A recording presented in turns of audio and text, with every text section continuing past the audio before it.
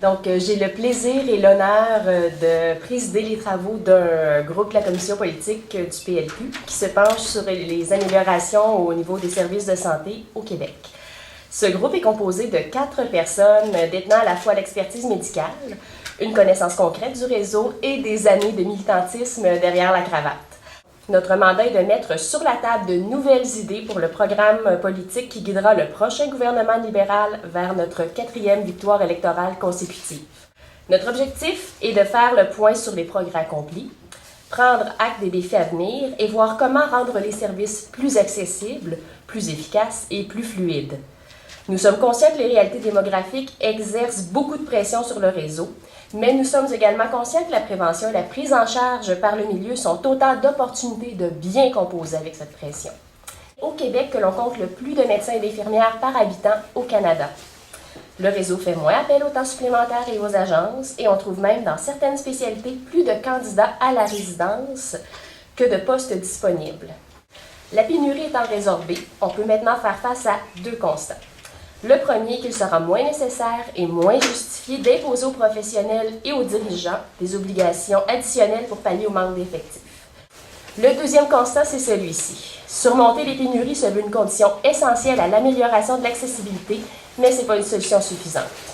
Pour aller plus loin, pour s'assurer que tous peuvent accéder aux soins de santé et que l'information suive le patient, il faut davantage repenser l'organisation du travail. Or, repenser l'organisation du travail, ça signifie concrètement 2 grandes avenues sur lesquelles notre groupe se penche et nos militants réfléchissent. L'une d'entre elles est d'aménager la prise en charge des Québécois dont l'état de santé exige non pas un bref séjour à l'urgence ou à l'hôpital, mais un suivi continu pour éviter la détérioration de problèmes de santé chroniques. L'autre avenue consiste à encourager davantage les formules où tous les professionnels de la santé travaillent en équipe et se divisent les tâches de façon optimale. Qu'il s'agisse des cliniques de super infirmières, des coopératives de santé, des modèles de médecine ambulatoire, il faut cesser de craindre le corporatisme frileux des uns et des autres. Les initiatives qui accroissent l'accessibilité aux soins augmentent la fluidité du réseau. Le gouvernement se doit de les encourager, pas juste de les étudier. Les professionnels de la santé vont adopter les comportements que leur mode de rémunération les encourage à avoir. C'est vrai depuis Hippocrate. Mathieu Bélanger du quotidien Le Droit, là, tu faisais? Oui.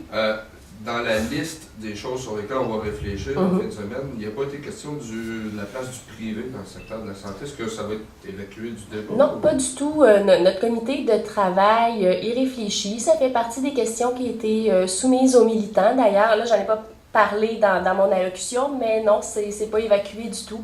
Ça va être discuté et avec les militants et à travers notre comité de travail. C'est abordé de quelle façon? En fait, on essaie de voir ailleurs ce qui se fait, comment ça se fait et est-ce que ça fonctionne. Puis moi, je vais être là, puis vous pouvez être sûr que je vais soulever la question. Plus concrètement parlant, il y a un cahier du participant qui va être remis à tous les participants. Et dans le cahier, il y a une série de questions qui ont été, si on peut dire, déjà présentées auprès des militants. Et une des sections de ces questions-là traite justement de la place du privé dans le secteur de la santé. Donc, c'est des questions qui sont déjà considérées. À ce stade-ci, aucune idée ne sont écartées et les militants sont invités à s'exprimer sur l'ensemble de ces idées-là. Par la suite, c'est si on peut dire, au groupe de réflexion de décider à la fin du processus quelles sont les idées qui vont être retenues pour être intégrées, si on peut dire, et présentées au congrès des membres. À Rimouski, le 27 février dernier, nous avions au-delà de 350 participants. Et par Internet, directement sur le web, on avait au-delà d'une dizaine, sinon plus, de questions et de propositions qui nous ont été soumises aussi via le web, via l'Internet aussi. Donc on est confiant qu'ici à Gatineau, nous aurons plusieurs centaines de militants présents et plusieurs questions qui vont nous être soumises à travers le web aussi. David Clément de l'hebdomadaire Le Petit Lundi dans l'Outaouais. Vous avez dit tantôt que vous étiez justement pas du ministère ou du gouvernement, que vous étiez des membres du Parti libéral du Québec. Je voudrais savoir s'il va y avoir un questionnement sur les dernières politiques justement gouvernementales desquelles vous dites être détaché. Dans votre analyse à moyen et long terme là, de la santé en Outaouais au Québec, on pense par exemple à la taxe santé. Est-ce qu'il va y avoir des questionnements de vos membres sur les politiques qui ont été adoptées par le gouvernement dans les 2 dernières années? Pour avoir vu nos militants militants s'exprimer à Trois-Rivières et à Rimouski, les militants sont libres de s'exprimer sur l'ensemble des mesures adoptées par le gouvernement, passées et à venir aussi. Et c'est ça notre parti. Notre parti est un parti ouvert à l'ensemble des idées et propositions qui proviennent de nos militants. M. Bolduc va être présent ce dimanche, donc il sera le premier témoin des interventions de nos militants.